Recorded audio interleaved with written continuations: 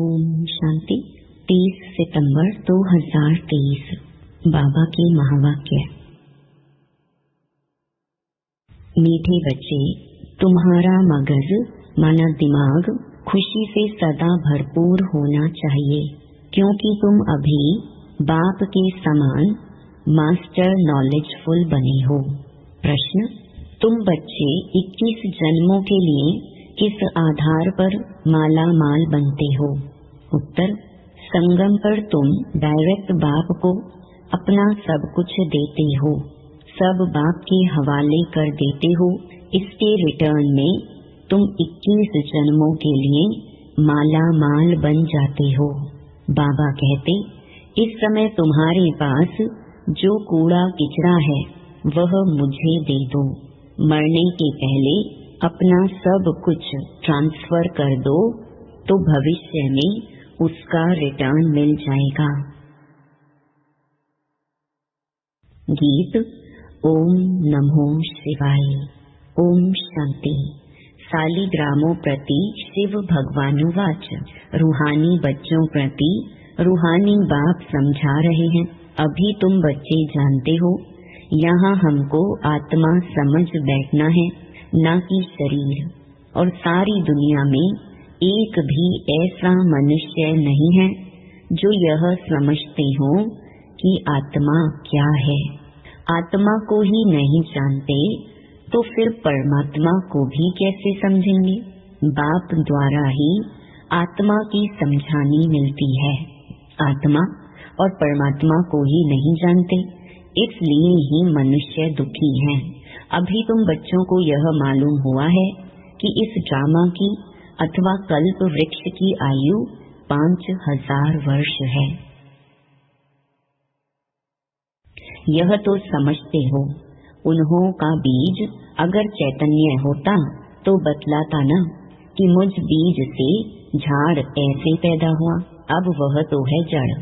यह चैतन्य एक ही मनुष्य सृष्टि का वैरायटी झाड़ है। तुम बच्चों को अभी सारी नॉलेज है।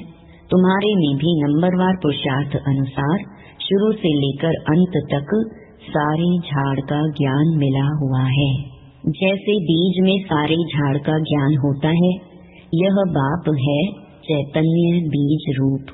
गाते भी हैं, परम पिता परमात्मा सत चित आनंद स्वरूप है। निराकार की महिमा गाई जाती है। उनकी महिमा सबसे बिल्कुल ही न्यारी है। मनुष्य तो कुछ भी नहीं जानते हैं। भल देवताओं को यह वर्षा यहाँ से ही मिलता है, परंतु उनको भी वहाँ यह ज्ञान नहीं रहता। वंडरफुल बात है ना। यहाँ अभी तुमको सारा ज्ञान मिलता है। बुद्धि में नॉलेज है यह सृष्टि चक्र कैसे फिरता है। बाप आकर के नई राजधानी स्थापन करते हैं। तुम इस ड्रामा के एक्टर्स हो। सिर्फ तुमको ही ड्रामा के आदि मध्य अंत, रचता और रचना का ज्ञान है, और किसको है नहीं। न शूद्र वर्ण को यह ज्ञान है, न देवता वर्ण को यह ज्ञान है। कोई सुनेंगे तो वंडर खाएंगे। मनुष्य कहते हैं यह त्योहार आदि जो मनाते हैं वह परंपरा से चले आई है, परंतु बाप समझाते हैं सतयुग में तो यह होते ही नहीं। त्योहारों को कोई जानते ही नहीं। अभी तो कहते हैं ना, यह दशहरा दिवाली आदि त्योहार आने हैं, वहाँ तो यह कुछ भी याद नहीं रहता। एकदम निष्फुरने माना निश्चिंत हो राज्य करते रहेंगे। अभी यहाँ तुम्हारी बुद्धि का ताला खुला हुआ है। तुम एक्टर्स हो। इस ड्रामा के क्रिएटर, डायरेक्टर, मुख्य एक्टर्स, ड्यूरेशन आदि को जानते हो। यह नॉलेज जिसकी बुद्धि में रहेगी उनको अपार खुशी रहेगी। गॉड फादर को ही नॉलेजफुल ज्ञान सागर कहा जाता है। कौन सी नॉलेज है? सिवाय तुम्हारे ये कोई भी समझ न सके। गॉड को ही नॉलेजफुल वर्ल्ड ऑलमाइटी अथॉरिटी कहा जाता है। तो नॉलेज किसकी है? सभी वेदों, शास्त्रों, ग्रंथों, सृष्टि के आदि मध्य अंत की। शास्त्रों में यह ज्ञान नहीं है। वह है ही भक्ति मार्ग के शास्त्र। सिर्फ पूजा करते रहो। बाकी रचयिता और रचना की नॉलेज कुछ भी नहीं है। तब तो ऋषि मुनि आदि भी कहते थे कि हम रचता और रचना को नहीं जानते। समझाने वाला एक ही बाप है, तो जानेंगे फिर कहाँ से? अभी तुम बाप द्वारा सुनते हो, फिर यह नॉलेज प्रायलोप हो जाती है। यह नॉलेज सिवाय तुम बच्चों के और कोई नहीं जानते। तुमको इतनी बड़ी नॉलेज मिलती है तो तुम बच्चों को कितनी खुशी होनी चाहिए। वह लोग डॉक्टरी आदि पढ़ने के लिए, सीखने के लिए विलायत में जाते हैं। तुमको तो यहाँ ऐसा बनाते हैं जो वहाँ यह डॉक्टर आदि होते ही नहीं। बेहद का बाप जो नॉलेजफुल है, उन द्वारा हम सब कुछ जान जाते हैं। उनकी हम संतान हैं, तो ज्ञान से मगज दिमाग कितना भरपूर रहना चाहिए, कितनी खुशी होनी चाहिए। ऐसी कोई चीज नहीं जिसको हम ना जानते हो। वह लोग जो कुछ पढ़ते हैं वह तो कुछ नहीं है। भक्ति मार्ग के शास्त्र आदि कितने पढ़ते हैं, परंतु यह तो कोई नहीं जानते कि यह सृष्टि चक्र कैसे फिरता है। तुम बच्चे अभी मास्टर नॉलेजफुल बनते हो, नक्शल में तो सब जान चुके हो। बाकी सिर्फ आत्मा जो तमो प्रधान है, उनको सतो प्रधान बनाना है। कोई है जो तमो प्रधान से तमो बने होंगे, कोई तमो से रजो बने होंगे, कोई रजो से सतो बने होंगे। सतो प्रधान नहीं कहेंगे। सतो प्रधान जब बन जाएंगे तो नंबर वार पुरुषार्थ अनुसार कर्मातीत अवस्था आ जाएगी। फिर तो नई दुनिया चाहिए राजाई के लिए। इसलिए पुरानी दुनिया का विनाश होता है। जब यह यज्ञ पूरा होगा तो सारी पुरानी दुनिया की आहुति पड़ेगी। यह पढ़ाई पूरी हो जाएगी। फिर नंबरवार पुरुषार्थ अनुसार कर्मातीत अवस्था को पा लेंगे। जैसे वह भी इम्तिहान पास कर फिर ट्रांसफर हो जाते हैं, तुम भी मृत्यु लोक से ट्रांसफर हो अमर लोक में चले जाएंगे। हम अमर लोक में थे, फिर 84 जन्म लेते लेते मृत्यु लोक में आ गए हैं। तुम कहते हो अभी हम पढ़ रहे हैं, फिर अमर लोक में जाकर देवी देवता बनेंगे। बाप ही मनुष्य से देवता बनाते हैं। पतितों को पावन देवी देवता कौन बनाएगा? देवता तो यहाँ कोई है नहीं जो देवी देवता बनावे।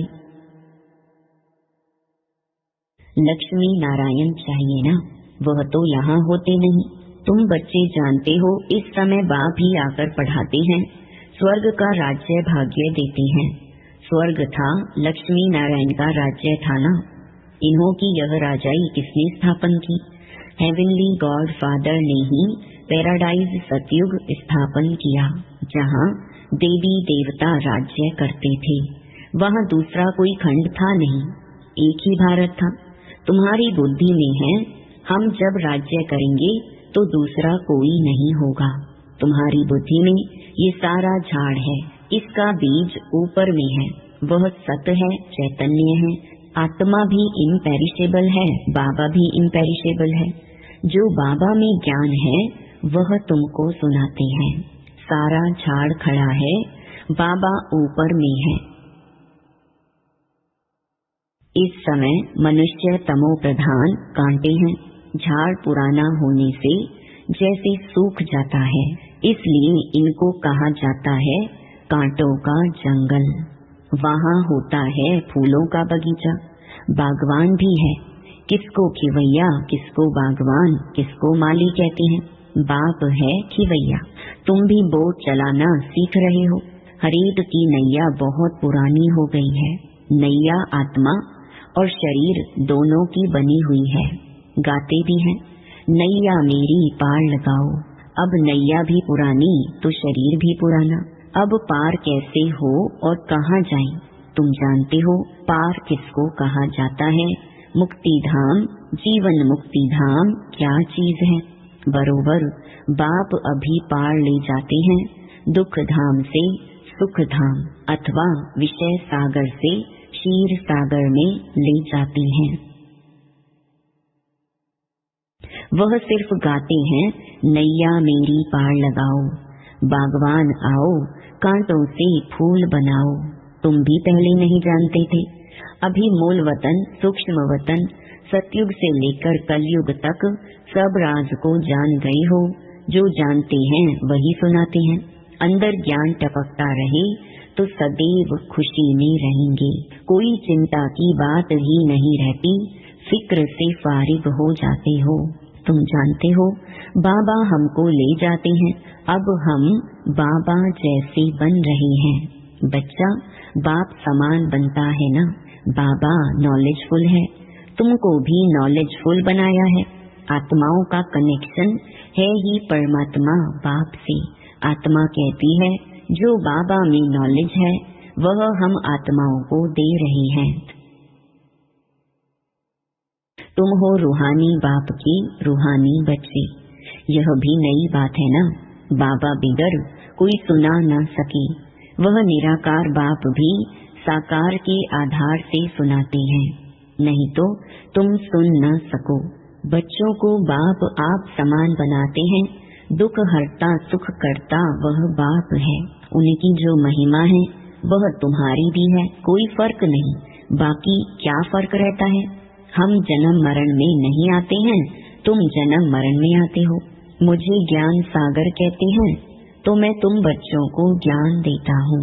मैं सुख का सागर, पवित्रता का सागर, शांति का सागर हूँ, तो तुमको भी यह वर्षा देता हूँ।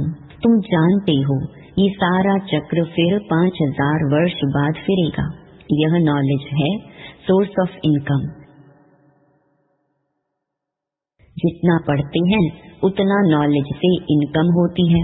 यह नॉलेज भी है तो धंधा भी है। शर्राफ लोग सट्टा करते हैं, तुम क्या देते हो? कूड़ा किचड़ा। मरने के बाद करनी घोर को कूड़ा किचड़ा ही देते हैं। तुमको तो जीते जी देना है। ईश्वर अर्थ देते हैं। अब क्या ईश्वर को पुरानी खटिया आदि देंगे? बाप कहते हैं तुम मरने से पहले ही सब दे दो। ये पुरानी चीज तुम्हारे काम में ही नहीं आएगी। भल कोई कितना भी साहूकार हो, परंतु कितने दिन के लिए होगा? एक जन्म के लिए। फिर कर्मों अनुसार पता नहीं कहाँ जाकर जन्म लेंगे। तुम तो बाप से 21 जन्मों के लिए लेते हो पुरुषार्थ अनुसार। यह है रूहानी सर्विस। सारी दुनिया जानती है जिस्मानी सर्विस को, रूहानी को कोई जानते ही नहीं। सुप्रीम रूह ही आकर नॉलेज देते हैं। उस सुप्रीम का जन्म भी मनाते हैं। उनको ही सुख का सागर, शांति का सागर, दुख हरता सुख करता कहते हैं। शिव नाम है ना। जयंती भी मनाते हैं, परंतु बुद्धि में कुछ नहीं है। बाप ही ये सब राज सुनाते हैं, फिर 5000 वर्ष बाद सुनाएंगे। यह ज्ञान सतयुग में नहीं होता, क्योंकि आत्माएं सतो प्रधान है। ज्ञान से ही वह ऐसी बनती है। यह नई बातें है ना।